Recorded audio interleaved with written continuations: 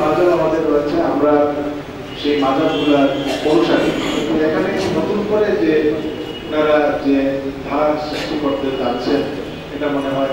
আর এমনিতেই আজকে দেখেন, যদি আমরা রাজনীতির দিকে কথা বলতে চাই, তালেবান আমেরিকা সৃষ্টি করেছে, আইএসএ আমেরিকা সৃষ্টি করেছে, বাংলাদেশে তাদের কোনো অস্তিত্বই নেই, কিন্তু তারা কোনোভাবেই এখানে, যেহেতু আমাদের এখানে ধর্মপ্রাণ মানুষ, মুসলমান সংখ্যাগরিষ্ঠ, পৃথিবীর যেখানে যেখানে সংখ্যাগরিষ্ঠ মুসলমান রয়েছে, আমেরিকা সেই সমস্ত জায়গায় বিভিন্নভাবে ফিতনা প্রচার সৃষ্টি করার প্রয়াস চালিয়ে যাচ্ছে এবং তারা তাদের কাজটি তারা করবে। কিন্তু আমাদেরকেও সতর্ক হতে হবে। আমাদের এই ধর্মীয় যে মূল্যবোধ, আমাদের ধর্মের যে মূল স্পিরিট, আজকে মহানবী সাল্লাল্লাহু আলাইহি ওয়াসাল্লাম আমাদের সামনে যে শান্তির ধর্ম সারা বিশ্বব্যাপী, আজকে বিভিন্ন ধরনের তরিকও যেটা এসেছে, যে তার মতো রাষ্ট্র নাই, তার মতো মানুষ, তার মতো মহামানব পৃথিবীতে আর নেই। কিন্তু এই যে আমাদের ইহুদি নাসারাদের পক্ষ থেকে প্রতিনিয়ত তাকে যে কটাক্ষ করা, তাকে ছোট করা বা মুসলমানদেরকে ছোট করার যে প্রয়াস, এই প্রয়াস কিন্তু চিরন্তন। এই প্রয়াসে আমরা বুঝে না বুঝে অনেক সময় সেখানে হয়তো সেই প্রয়াসে আমরাও তাদেরকে সহায়তা করি। এই বিষয়গুলো আমাদেরকে অত্যন্ত সচেতন হতে হবে। বিশেষ করে আমাদের যারা আলিম সমাজ রয়েছে তাদেরকে এগিয়ে আসতে হবে। আল্লাহ আমাদেরকে সেই তৌফিক, এই বিভাগীয় কারি সম্মেলন কাউন্সিল এবং প্রকাশনা অনুষ্ঠানটি সফল হোক, সার্থক হোক, এই বলে আমি আমার বক্তব্য শেষ করে যাচ্ছি। আমি যদি কোনো ভুল বলে থাকি, আমি এখানে মুরব্বিয়ান যারা রয়েছেন তাদের কাছে ক্ষমা সুন্দর দৃষ্টিতে দেখার জন্য অনুরোধ জানাবো। আপনাদের সবাইকে আসসালামু আলাইকুম। পত্রিকার বড় প্রমোশন করবেন।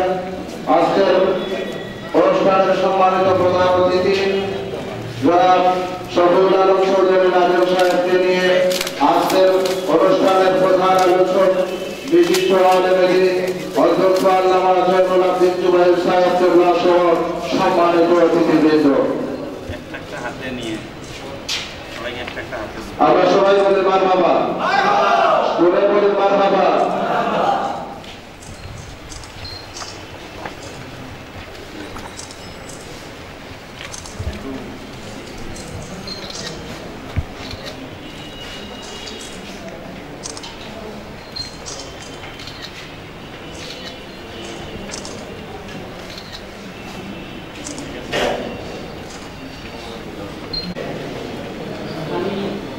কারণে বিশেষ আনন্দিত এবং গৌরবিত এই অনুষ্ঠান, এই ধরনের একটি অনুষ্ঠান এখানে আজকে অনুষ্ঠিত হয়েছে। বিশেষ করে এই অনুষ্ঠানের যিনি প্রধান আলোচক হিসেবে এখানে দাওয়াত গ্রহণ করে এসেছেন শাইখুল হাদিস আমি ছোটবেলা থেকেই ওনার নাম শুনেছি। ওনার লিখিতনের বৈবস্তিক কালী সম্মেলনে যে সমস্ত কালীগণ এখানে উপস্থিত হয়েছেন সবাইকে অভিনন্দন জানাচ্ছি, আমার আন্তরিক মোবারকবাদ জানাচ্ছি, আপনাদের উত্তর সমৃদ্ধি কামনা করছি। এবং আজকে এই কাউন্সিল সফল হোক এবং এই ত্রৈমাসিক ম্যাগাজিনটি আজকে বের হচ্ছে কলমকণ্ঠ, এই কলমকণ্ঠের সফলতা কামনা করে আমি আমার সমস্ত বক্তব্য এখানে শেষ করছি। তো আপনি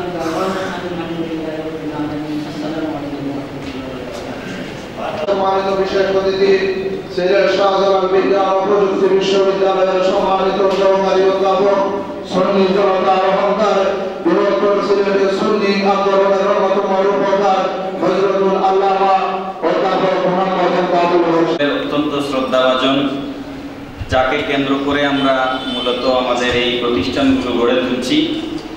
বিশিষ্ট ইসলামী চিন্তাবিদ আশিকে রাসূল, বিশিষ্ট তরিকতের খাদেম পীরে তরিকত আলহাজ আব্দুল মতিন খান সাইফি মাদ্দাজিল্লাহুল আলী, চেয়ারম্যান হযরত শাহজালাল রহমতুল্লাহ আলাইহি ওয়েলফেয়ার ফাউন্ডেশন, আজকের প্রধান অতিথি বিশিষ্ট রাজনীতিবিদ, দৈনিক উত্তর পূর্বের সম্মানিত সম্পাদক জনাব শফিউল আলম চৌধুরী নাদেল, আজকের প্রধান আলোচক বিশিষ্ট ইসলামী চিন্তাবিদ, লেখক, সম্মানিত সহকারী অধ্যাপক হযরতুল আল্লামা জিয়াউল হক চৌধুরী, বিশিষ্ট ইসলামী চিন্তাবিদ হযরত মাওলানা রফিকুল ইসলাম জাফরি, মাওলানা মুফতি বদরুর রেজা সালিম, মাওলানা মুফতি সাইদুল আব্দুর রৌফ, ডাক্তার কারিশুল ইসলাম খায়ের এবং হাফিজ আব্দুল মান্নান সাহেব।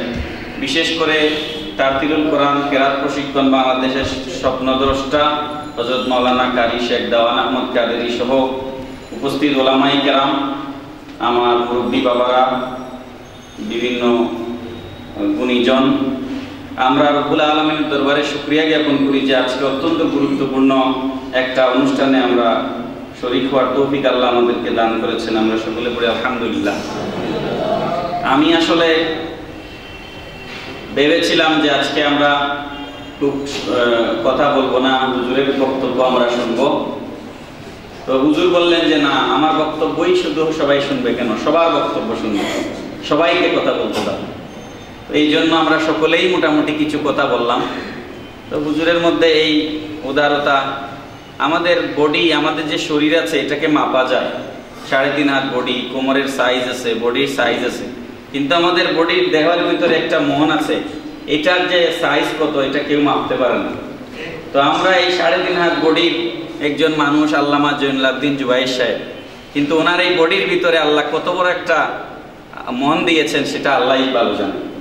উনি আমাদেরকে আসলে সকলের কথা বলার সুযোগ উনি করে দিলেন ওনার প্রতি। এবং উনি কাল পরশুদিন রাত্রে হবিগঞ্জে একটা মাহফিল করে আবার চট্টগ্রাম ফিরে গিয়ে জুমার নামাজ পড়িয়ে আবার কালকে রাত্রে সিলেটের দিকে রওনা হয়ে আজকে সকালে পৌঁছেছেন। আবার আজকে রাত্রে নারায়ণগঞ্জে মাহফিল করে রাতে আবার চিটাগাং ফিরে যাবে। তো এত বড় ত্যাগ, আমি আমার কারি সাহেব যারা বিভিন্ন জেলা থেকে এসেছেন, হবিগঞ্জ, মৌলভীবাজার, সুনামগঞ্জ এবং সিলেটের, আপনাদেরকে আমি কৃতজ্ঞতা জানাচ্ছি। আপনারা যে কষ্ট করে এসেছেন, কিন্তু এর সাথে আমার একটা দুঃখও আছে। সেটা হচ্ছে 2 ঘন্টার একটা প্রোগ্রাম, কিন্তু আপনারা খালি উঠতেছেন, বের হচ্ছেন, আসতেছেন, যাচ্ছেন, এগুলো আমার একদম আমি দুঃখ পাচ্ছি যে 2 ঘন্টা আমরা কেন একটা রুমের ভিতরে বসে থাকতে পারবো না। আমাদের এই প্রশিক্ষণটা, এই ধৈর্যটা আমাদের নাই কেন? যাই হোক, আমি কৃতজ্ঞতাই জানাচ্ছি। আপনারা না আসলে এই প্রোগ্রামের রৌনক বৃদ্ধি পেত না। এখানে আমার চোখের সামনে আপনারা যারা বসে আছেন, এখানে অনেকেই বিভিন্ন পলিটিক্যাল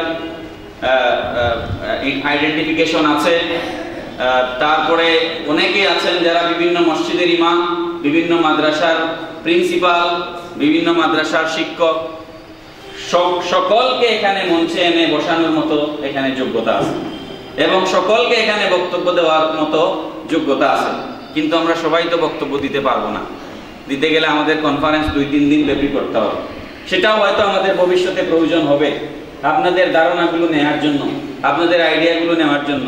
তো যাই হোক, আপনাদের আসার কারণেই আজকের প্রোগ্রাম সফল হয়েছে। তারতিলুল কোরআন কেরাত প্রশিক্ষণ বাংলাদেশ, এটা গঠনের ছোট্ট করে যদি প্রেক্ষাপট বলি তাহলে খুব সংক্ষেপে, আমরা কারো প্রতি বিদ্বেষ ভাবাপন্ন হয়ে বা কারো প্রতি প্রতিদ্বন্দ্বিতাপূর্ণ মনোভাব নিয়ে আমরা কোনো কিছু করছি না। এটা অত্যন্ত পরিষ্কার করে আমাদেরকে বুঝতে হবে। এবং আপনারা যারা এখানে কারি সাহেবরা এসেছেন, আগামী রমজানুল মুবারকে কেরাত প্রশিক্ষণ কেন্দ্র আপনারা পরিচালনা করবেন। আপনাদেরকে আমরা অত্যন্ত স্পষ্টভাবে নির্দেশনা দিচ্ছি, অন্য কোনো সেন্টার কোথাও কোনো নামে পরিচালিত হচ্ছে সেগুলোর সাথে আমরা প্রতিযোগিতায় লিপ্ত হব না। আমরা যেখানে আমাদের মসজিদ খালি আছে, যেখানে মাদ্রাসা ফাঁকা আছে, সেই জায়গায় আমরা সেন্টার করব। যেই নামে কোরআনের খেদমত করুক সেটাকে আমরা সমর্থন করব, আমাদের কারোর সাথে কোনো আপত্তি নাই। এবং আমাদের এই তারতিলুল কোরআন কেরাত প্রশিক্ষণ বাংলাদেশে এসে কেউ কোরআন শরীফের শিক্ষা গ্রহণ করার জন্য তাকে আমার সংগঠনের কর্মী হতে হবে না। এই কথাটা অত্যন্ত পরিষ্কার করে, আমি নিজে নির্দিষ্ট সংগঠনের কর্মী হতে না পারার কারণে আমি নির্দিষ্ট জায়গায় গিয়ে পড়তে পারি নাই। এই কষ্ট থেকে, এই বুধ থেকে, এই চিন্তা থেকে আমি এটা গঠন করার চিন্তা ভাবনা আমি নিয়েছি। এবং আমি মনে করি যে কোনো দলের, যে কোনো মতের, যে কোনো কোরআনের জ্ঞান পিপাসী ছাত্র এখানে এসে পড়তে পারবে। এই সুযোগ আপনারা করে দিবেন, কারো প্রতি আপনারা বিদ্বেষ রাখবেন না।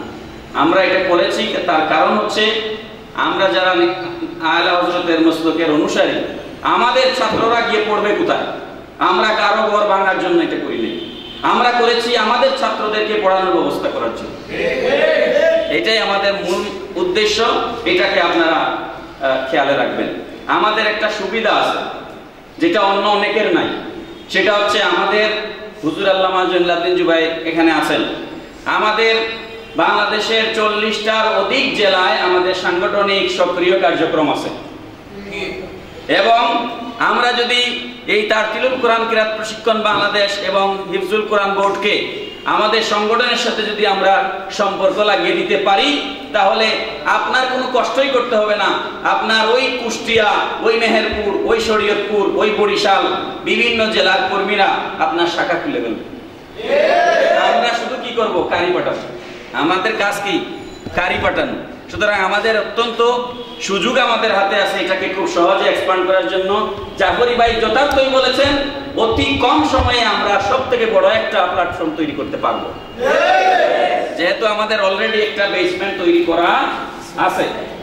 আর দ্বিতীয় বিষয় হচ্ছে, আমার সেলিম ভাই বলেছেন পিএইচপি কোরআনের আলো এই নামে বিভিন্ন কি হয়। আমি সুফি আলহাজ মিজান সাহেবের সাথে আমার কথা হয়েছিল, উনি পিএইচপি গ্রুপের চেয়ারম্যান। উনি বলেছেন রমজান মাসে উনি কোরআনের আলো এই অনুষ্ঠানের জন্য 80 লক্ষ টাকা উনি টেলিভিশন চ্যানেলকে দেন। তো 80 লক্ষ টাকা যিনি টেলিভিশন চ্যানেলে দেন, তিনি এরকম একটা কোরআনের বোর্ড গঠনের জন্য তার জন্য 8 লক্ষ টাকা তো কোনো বিষয় না। আমাদের এই মঞ্চে এরকম আমার জাফরি ভাই উনি নিজে বলেছেন যে উনি নিজস্ব অর্থায়নে উনি ওনার বাড়িতে মাদ্রাসা করতেছেন। আমাদের এই আজকের সবার যিনি সভাপতি পীরে তরিকত আলহাজ আব্দুল মতিন খান সাইফি সাহেব, উনার নিজস্ব ভূমির উপরে উনি কোটি টাকার অধিক টাকা ব্যয় করে উনি খানকা শরীফ তৈরি করেছেন। উনি সেখানে মাদ্রাসা প্রতিষ্ঠা করেছেন, সেটা আরো বিশাল ব্যাপক আকার ধারণ করবে।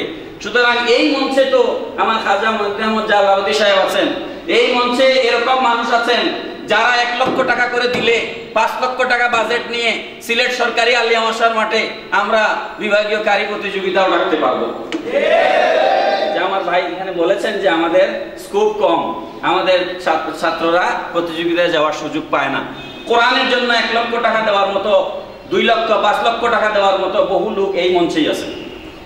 সুতরাং আমি মনে করি এই আন্দোলন কোরআনের এই যে কোরআনের বিশুদ্ধ কোরআন চর্চার যে একটা আন্দোলন আমরা হাতে নিয়েছি, এটা ইনশাআল্লাহ সামনের দিকে শাহজালাল মুজাদ্দিদ আমনের রহমাতুল্লাহ আলাইহি নেগাহে করমে সেটা সামনের দিকে যাবে ইনশাআল্লাহ। আমি কথা বেশি বাড়াতে চাই না। আমাদের এই দুটো সংগঠন করার আরেকটা বড় উদ্দেশ্য হচ্ছে আমাদের হাফেজ সাহেবরা, আমাদের কারি সাহেবরা এরা বিচ্ছিন্ন অবস্থায় ঘোরাঘুরি করেন। রমজান মাস আসলে তারাবি কোথায় পড়াবে, এটা একটা বিষয়। আবার আমরা যারা বিভিন্ন মসজিদে জুমার খেতাবত করি, ইমামতি করি, আমরা রমজান মাস আসলে হাফেজ সাহেব খুঁজে পাই না।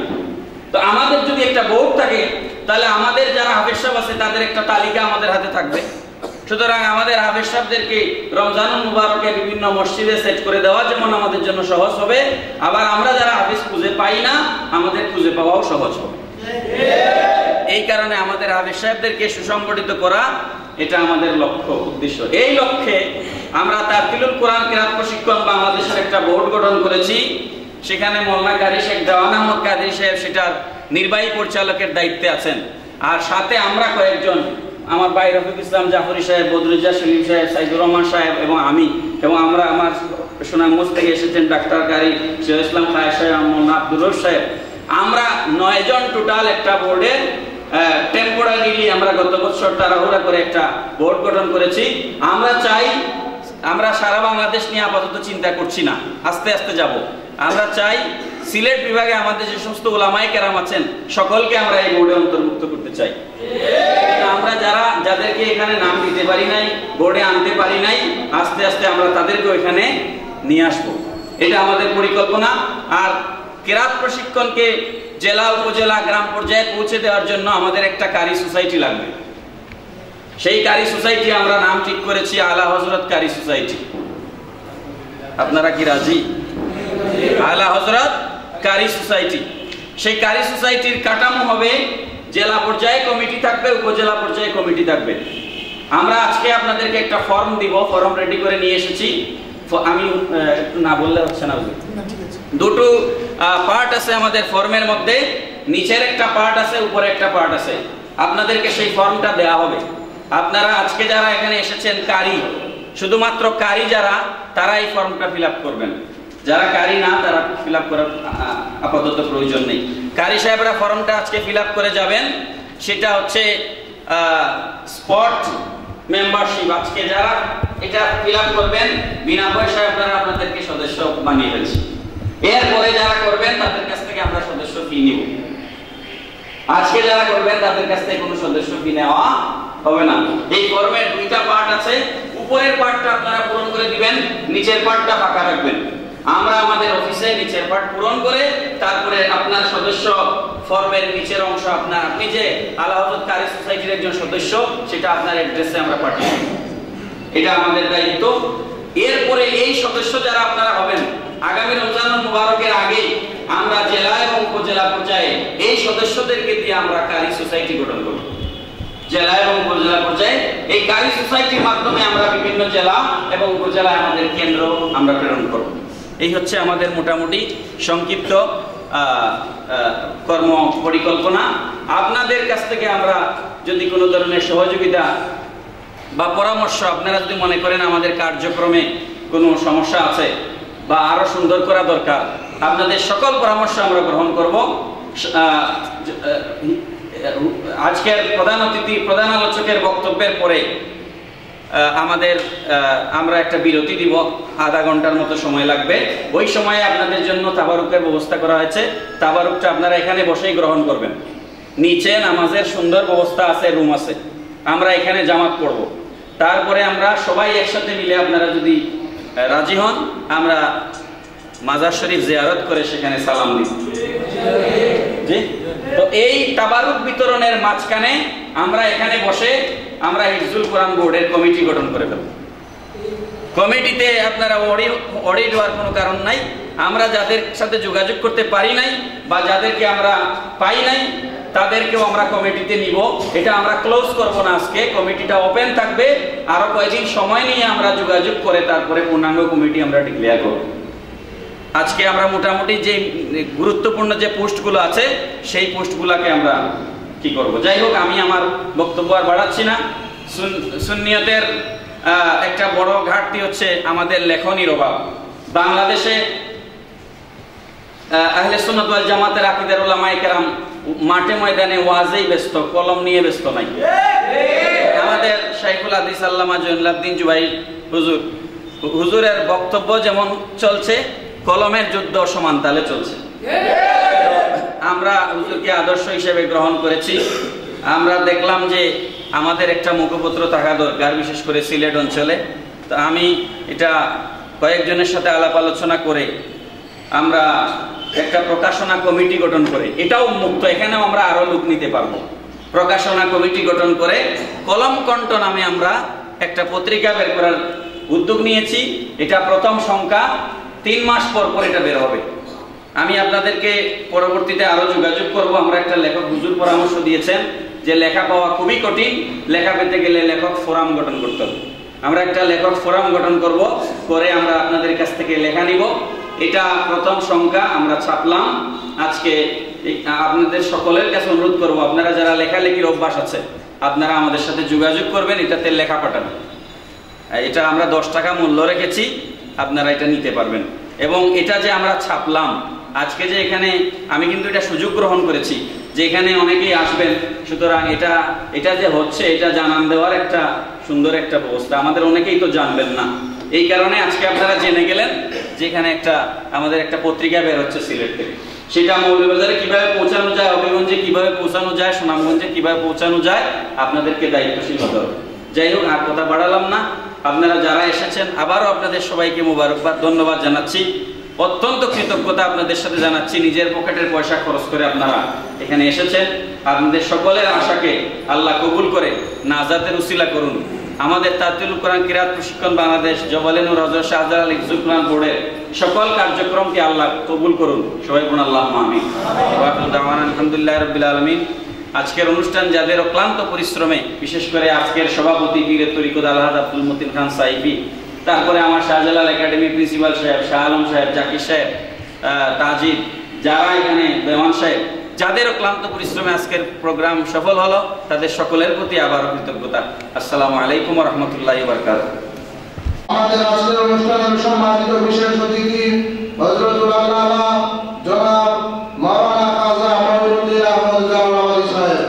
হযরতুল আল্লামা মঈনুদ্দিন এই অনুষ্ঠানের সম্মানিত সভাপতি পীরের তরিকত আল্লামা আলহাজ আব্দুল মতিন আনসারী মুতাজিদুল্লাহি প্রধান অতিথি যিনি বক্তব্য দিয়ে গেলেন বিশিষ্ট সাংবাদিক জনাব শফিউল আলম নাদের সাহেব এবং বিশেষভাবে আমি কৃতজ্ঞতা জানাই আমার সাহেবকে। আমার অনেক ব্যস্ততার মধ্যেও আমি যে সময় দিতে পারলাম সেই হিসাবে আমার কাছে খুবই এই বিষয়গুলি ভালো লাগে যেখানে নবী প্রেমিকেরা বলি আল্লাহ ভক্তরা কোনো অনুষ্ঠান করে, সেটা ছোট হোক বড় হোক, সেখানে উপস্থিত হওয়া আমার কাছে খুবই সৌভাগ্যের কাজ আমি মনে করি। তাই আমাদের বাংলাদেশে মসজিদের কোনো অভাব নেই। আমি 89-এ চট্টগ্রাম ইসলামিক ফাউন্ডেশনের পাঠ করে প্রশিক্ষণ একাডেমির কিছুদিন আমি ছিলাম। তো ওই সময় জুবাই সাহেবের আরো যৌবন ছিল, অনেক প্রোগ্রাম হয়েছে বিভিন্ন জায়গায় এবং চট্টগ্রামের প্রত্যেকটা অঞ্চলে আমি প্রোগ্রাম করেছিলাম। কিন্তু 2000 সালের পরে আমার ব্যস্ততার কারণে আমি বাংলাদেশের ভিতরে প্রোগ্রামগুলি কিন্তু আমার পছন্দের জায়গা ছাড়া আমি যেতে পারি না, এটা আমি দুর্ভাগ্য মনে করি। অনেক আজকের সকালে চট্টগ্রাম থেকে প্রোগ্রাম খুব চাপ সৃষ্টি করছিলাম, আমি নিতে পারিনি। তো উনি আসছেন, এই জন্য ওনাকে শাহজালালের মাটিতে আমি ধন্যবাদ জানাই, স্বাগত জানাই। ওনার মধ্যে তো যোগ্য আলেম এই মুহূর্তে আমাদের জন্য গর্বের বিষয়, আমরা অহংকার করতে পারি। সিলেটে আলেম আমার অভাব নাই, কিন্তু এলেম আছে, এলেমে লড়ে না, এই হলো সমস্যা সিলেট অঞ্চলে।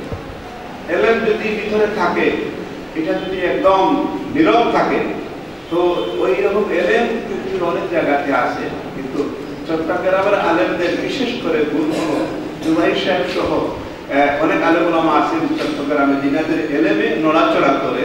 এই জন্যই বাংলাদেশে ঈমান আকীদা টিকে আছে।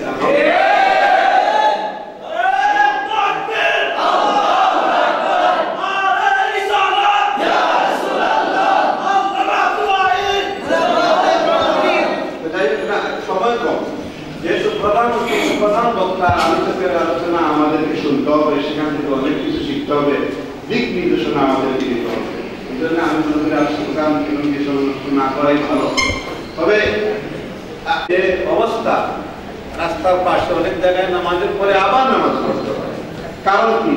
ইমামের অভাব নাই, আলেমের অভাব নাই, হাফেজের অভাব নাই, কারির অভাব নাই, বিশুদ্ধ তেলাওয়াতের অভাব। এই জন্য তাফসীরুল কোরআন পরিষদ কেরাত প্রশিক্ষণ বাংলাদেশ নামে এই যে সুন্দর একটা বোর্ড গঠন হচ্ছে, এই বোর্ডকে আমি স্বাগতম জানাই, আমি ধন্যবাদ জানাই।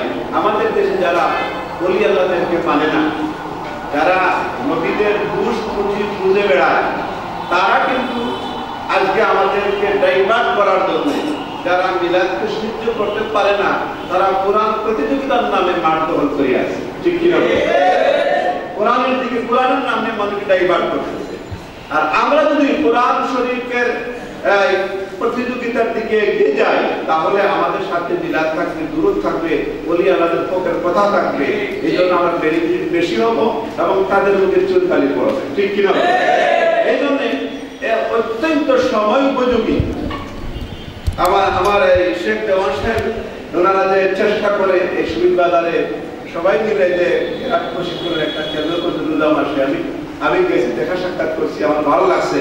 আমি প্রতিদিন নামাজের মধ্যে পড়ছি যে এই সূত্র থেকেই তো মানুষের দিন বড় হয়। রাসূল পাক সাল্লাল্লাহু আলাইহি সাল্লাম প্রথমেই তো বড় করেন নাই, মসজিদে কুবা ছোট্ট একটি মসজিদ থেকে তিনি শুরু করছিলেন নাকি? এবং বাংলাদেশে অনেক মসজিদ হচ্ছে, আপনাদের জানা রাখতে হবে, শুধু মসজিদ বাংলাদেশে সাজাইলে হবে না, মাদ্রাসা সাজাইলে আর পাগড়ির সংখ্যা বড় করলে চলবে না। কারণ আল্লাহ রাসূল কিন্তু একটা মসজিদে আগুন দেওয়ার হুকুম দিয়েছিলেন। রাসূল সাল্লাল্লাহু আলাইহি ওয়াসাল্লাম একটা মসজিদ ভেঙে দেওয়ার জন্য, আগুন দিয়ে পুড়ে দেওয়ার জন্য নির্দেশ দিয়েছিলেন।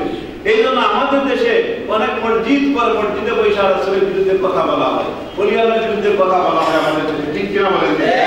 তাই সঠিক ইসলামের জন্য, সঠিক আকীদা আমাদেরকে পাওয়ার জন্য, অনুসরণ করার জন্য তার তিলুল কোরআন কেরাত প্রশিক্ষণের মানে এই টাস্কের কোনো বিকল্প নাই। আমি এই টাস্কের সাথে যতটুকু পারি আমি সময় আমি দিব ইনশাআল্লাহ। কিন্তু হলো যে বড় যে আমার এই বন্ধুবর প্রফেসর মৌলানা সাহেব বলছেন যে বড় একটা প্রোগ্রাম তিনি উদ্যোগ নেবেন, সেই প্রোগ্রামের উদ্যোগ তিনি নেবেন। আমি আমার সাহিত্য অনুযায়ী আমি যতটুকু পারি আমি অবশ্যই আমি সহযোগিতা করবো ইনশাআল্লাহ। আজকের এই প্রোগ্রামের জন্য আপনাদের কাছে ধন্যবাদ জানাই। আসসালামু আলাইকুম ওয়া রাহমাতুল্লাহি ওয়া বারাকাতুহু। এদেশে আমরা যখন হুজুরদেরকে ওয়াজ মাহফিলে দাওয়াত করি, তখন দাওয়াত করলে হুজুররা বলে 30,000 টাকা লাগবে, 25,000 টাকা নেই ভাই। আমাদের জেলায় আমাদের তারপরেও কোরআন বোর্ডের সেন্টার দিতে চাই। 15 থেকে 20টা জেলা থেকে কল এসেছে, বলেও ভাই আমাদের সিলেটে নাকি আমাদের সংগঠনের কেরাতের বোর্ড চালু হয়েছে, আমরা একটা সেন্টার এবং কারি নিতে চাই। দুঃখের বিষয় আমরা কারি দিতে পারবো না বলে আমরা সেখানে সেন্টার করতে পারিনি। বন্ধুগণ আমার, আমরা আমাদের যথেষ্ট জায়গা আছে দেওয়ার মতো। বাংলাদেশের 40টা জেলার উপরে আগে বলেছেন আমাদের অধ্যাপক মহোদয়, আমাদের সাংগঠনিক বৃদ্ধি আছে। আমরা কয়েকশো সেন্টার আগামী বছর দিতে পারবো, কিন্তু সেই সেন্টার গুলো দেওয়ার মতো কারি আমরা তৈরি করতে পারিনি বলে আমরা ব্যর্থতা প্রকাশ করতে হয়, না বললে নয়। আমাদের এখন একমাত্র সেন্টারের চেয়ে বেশি দ্রুত কাজ করার প্রয়োজন হয়ে পড়েছে কারি তৈরি করার। এই কারি তৈরি করার কাজকে আপনারা বেগবান করার আহ্বান আমি আজকের অনুষ্ঠানে আমি কারি সাহেবদের পক্ষ থেকে আপনাদের কাছে উদাত্ত আহ্বান চালাই। পাশাপাশি আমি বলবো উদারমালা সেন্টার, উদারমালা কেরাতের প্রশিক্ষণ আমরা চাই। পীর সাহেবদের আবদ্ধ সেন্টার, পীর সাহেবদের হামকার সেন্টার আছে এবং থাকুক, ওইখানে আমাদের কর্মীরা করতে পারবে না, আমরা এটা চাই না। আমাদের কেরাতের সেন্টার গুলোতে ওয়াহাবি জামাতি যারাই আসবে, কোরআনের সেন্টার গুলো সবার জন্য উন্মুক্ত থাকবে ইনশাআল্লাহ।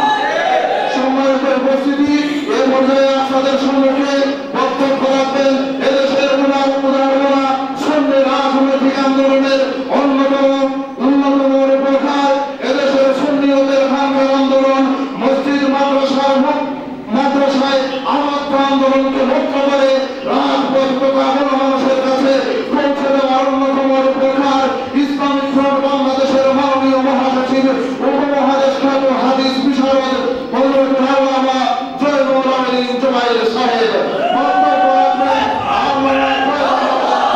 রাসূলুল্লাহ করিম তারতিলুল কোরআন কিরাত প্রশিক্ষণ বাংলাদেশ এবং জাবালে নূর হযরত শাহজালাল রহমাতুল্লাহি হিফজুল কোরআন বোর্ড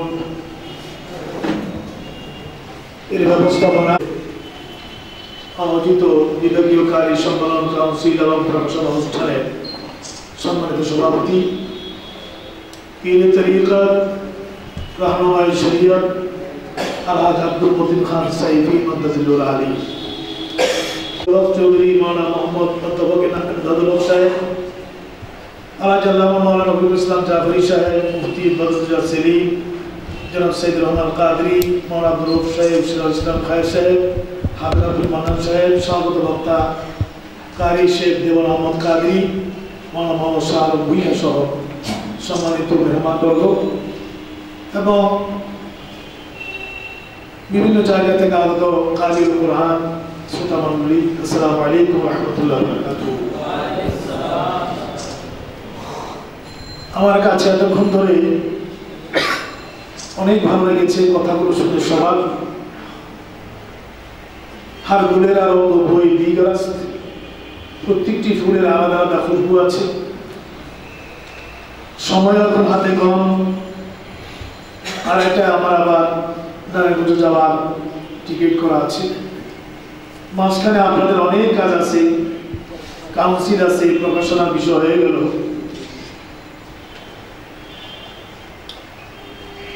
আমার আজকে এখানে আসার আগে খুব ক্লান্তি লাগছিল, কারণ অনেক টাইট প্রোগ্রামের ভিতরে আমি এসেছি, কিন্তু আসার পর এখন মনে হচ্ছে না আসলে আমি অনেক কিছু মিস করতাম, অনেক বড় বিষয় মিস হয়ে যেত। আমি আজকে একটা নতুন ধারণা আমার অভিজ্ঞতার সাথে যোগ করে আমি যাচ্ছি, এবং আমার মনে হয় আমাদের যতটুকু অ্যাড্রেস আছে আমরা সব জায়গায় এই ধারণা শেয়ার করতে পারবো। এই জন্য আমি যারা আজকে উদ্যোগ নিয়েছে সবাইকে ধন্যবাদ জানাই।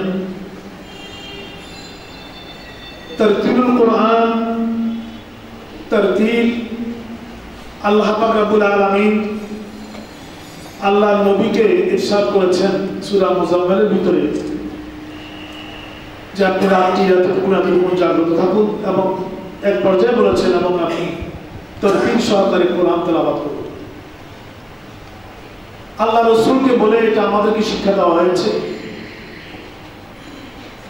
আল্লাহ রসুল কেমন তারতিল সহকারে কেরাত করতেন তো আল্লাহ ভালো জানেন।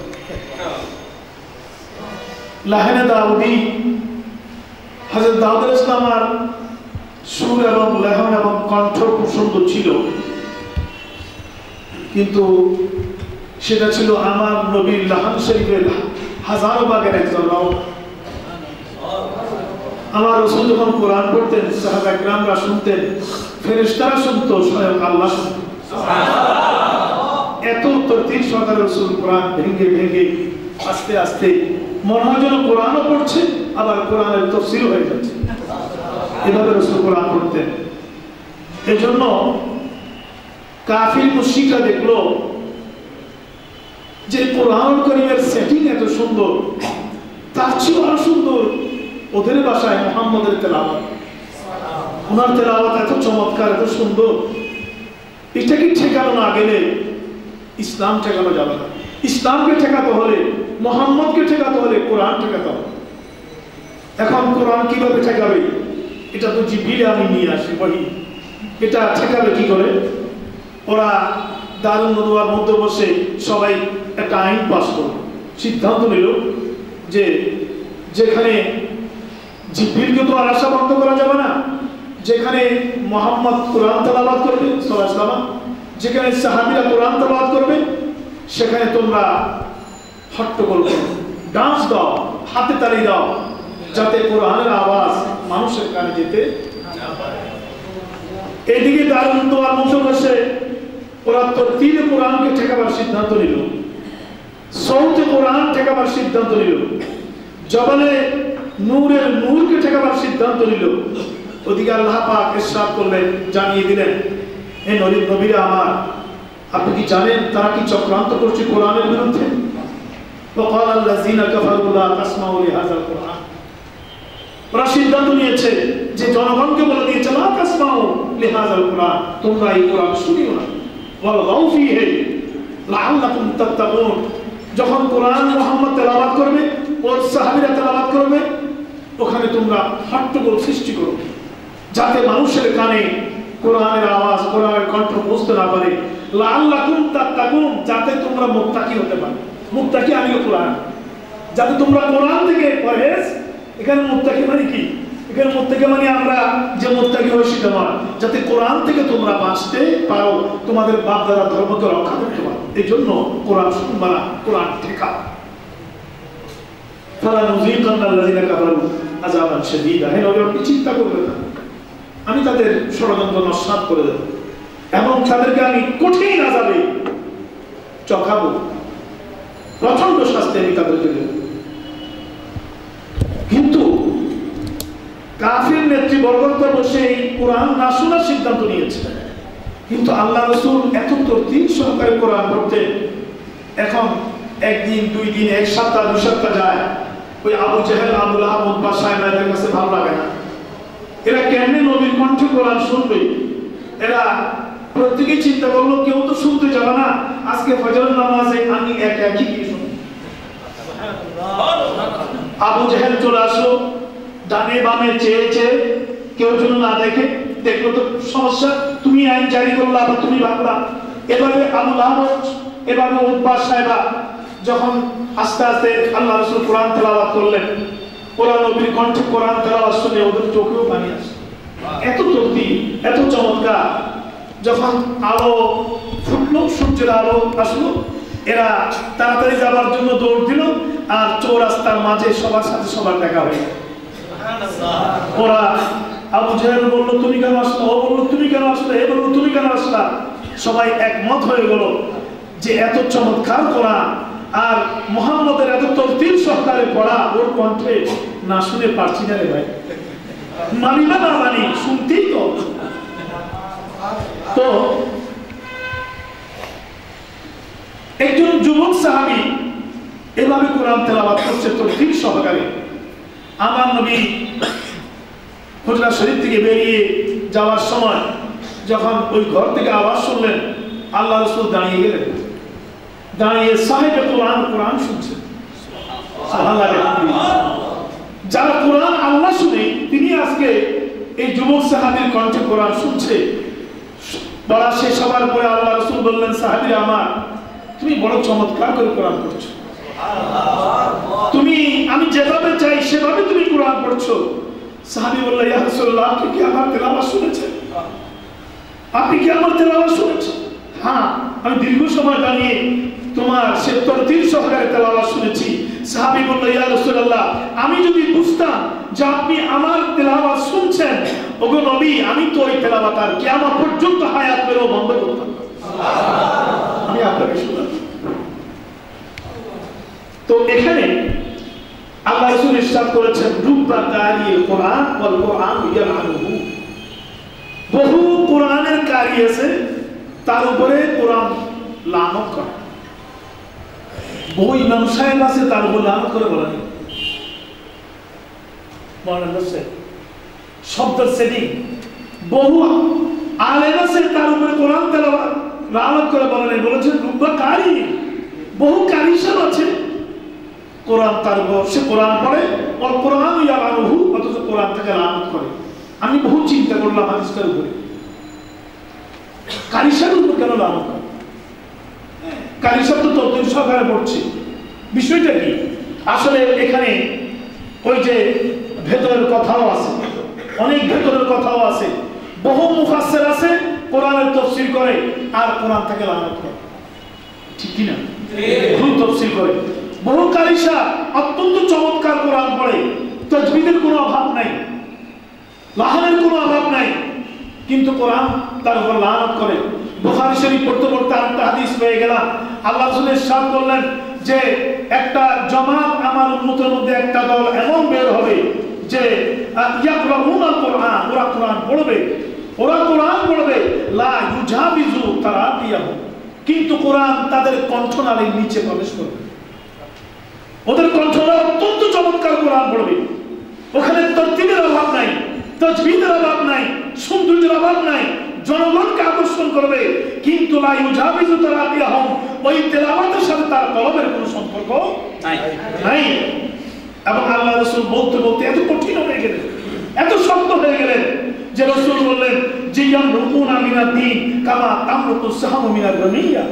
একটা বন্দুক থেকে একটা বুলেট নিক্ষেপ করলে বুলেট যে গতিতে বেরিয়ে যায়, কোরআন তাদের কলব থেকে সেই গতিতে বেরিয়ে যায়। এখানে ইকরাবুল ঈমান, ঈমান বেরিয়ে যাবে। অতএব এখানে দুটো জিনিস ঠিক রাখতে হবে, একটা হচ্ছে তরতিলে কোরআন, ওটাও ঠিক রাখতে হবে, আর একটা হচ্ছে সমাজকে তরতিলে কোরআনের উপর আনা। আজকে যখন আমাদের তেলাওয়াতের তরতিল যেমন নষ্ট হয়ে গেছে, তেমনি সমাজের তরতিল ঠিক নাই।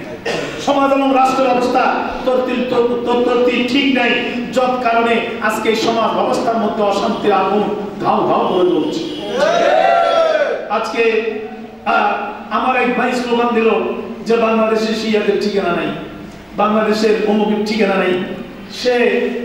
সে জজবা নিয়ে বলেছে, আমি বলবো বাংলাদেশের সবার ঠিকানা আছে, বাংলাদেশে আমরা সবাই মিলেমিশে থাকবো। ও বলতে চেয়েছে এই স্লোগানের মধ্য দিয়ে, অর্থাৎ যারা অনাদর্শ অশান্তি করে তাদের ঠিকানা নাই, ওদের ঠিকানা নেই, কিন্তু বাংলাদেশ সবার, এখানে হিন্দু বৌদ্ধ খ্রিস্টান মুসলমান সবাই থাকবে। নবীর আদর্শ নিয়ে সেই মদিনার সনদের মতো আমরা সবার কাছে উদারতা নিয়ে আমাদের আদর্শের আওয়াজ সবার কাছে আমরা পৌঁছে দেবো। কি বলে ঠিক আছে? আমরা আমরা সংঘাতে বিশ্বাস করি না, আমরা সম্প্রীতিতে বিশ্বাস করি, সংঘাতে আমরা বিশ্বাস করি না। আমাদেরকে কেউ ফতোয়া দিলেও আমরা পাল্টা ফতোয়া দেই না।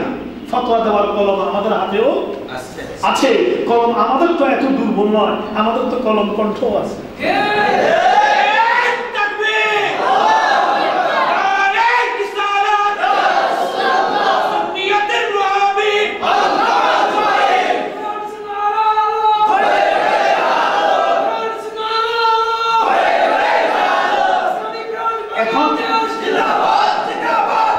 কথা আল্লাহ বেশি লম্বা ছিল বলবো না। আমার খাজা নুরউদ্দিন আহমদ আল্লাহী সাহেব সুন্দর মানুষ, সুন্দর কথা বলেছেন, অত্যন্ত চমৎকার। সবাই প্রত্যেকের কথা থেকে শিখলাম, অনেক কিছু নিয়ে যাবো সাথে। আমি বলবো যে আমাদের যে মহান আন্দোলন, আমাদের এই আন্দোলন কোন নির্দিষ্ট গোষ্ঠীর সাথে মোতাবেক নয়, কোন নির্দিষ্ট পীর মাশায়েখের আন্দোলনের বাইরেও নয়, আবার আমরা কোন সুনির্দিষ্ট পীর সাহেবের জন্য লড়ছি না। আমরা টোটাল একটা সমাজ, একটা কোরআন সুন্নাহর রাজ, কোরআন সুন্নাহর সমাজ ব্যবস্থা কায়েমের জন্য আমরা সংগ্রাম করতেছি। ঠিক কি? একটু দুই হাত করে দেখান তো, ঠিক কি?